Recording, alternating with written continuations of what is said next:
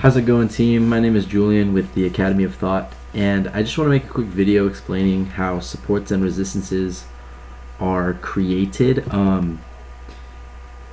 A team member brought it up to me that it was kind of confusing on how these supports and resistances come about, and I just want to give a little explanation. So basically, let's say a stock is at it's moving up, the price is moving up, and the stock gets to about $10. What happens is, let's say at about $10, there are people who don't believe that the stock is worth $10, so people stop buying the stock at $10 because it's priced very high and they think it's overpriced. Now, when that happens and people stop buying it, it starts to sell off. So think of like a commodity. If you have like a rare pair of shoes, well, if there's a lot of hype, for example, Bitcoin, it got to 20,000. At 20,000, people stopped buying it because it was too expensive. So the price started to drop. And then it dropped. And once it starts to drop, there comes a level where people say, okay, this is worth, let's use $6,000 where it's currently bouncing at. Well, it starts to drop at around 6,000. People say, okay, this is cheap enough that they want to buy again. So once it gets down to that 6,000 level, people start to buy in. There's not like an indicator to show where that support is going to be, but you just wait till it's cheap enough and then people start to buy in. Once people buy in, the price will bounce.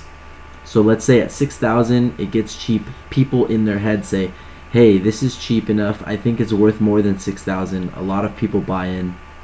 And then it bounces at 6,000 and then goes to 7,000, 8,000. Well, 6,000 has now become a support level.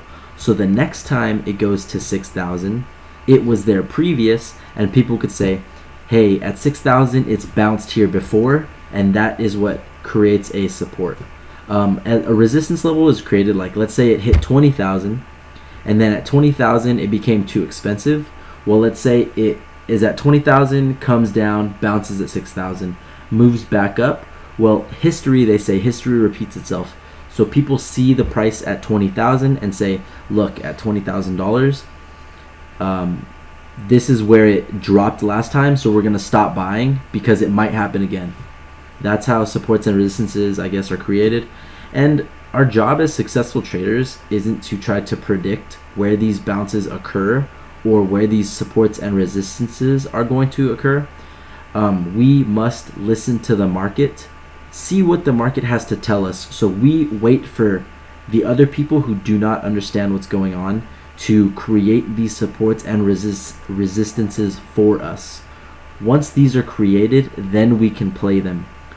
A big issue that traders have is trying to predict, like reversals, trying to predict when a stock is going to stop falling. You must wait for it to stop falling and to rebound or to reverse, then you take action. So what we are doing as traders is looking at charts and not predicting what's going to happen, but seeing what happens and then playing what happens. I hope that clears anything up about supports and resistances, and thank you guys for tuning in.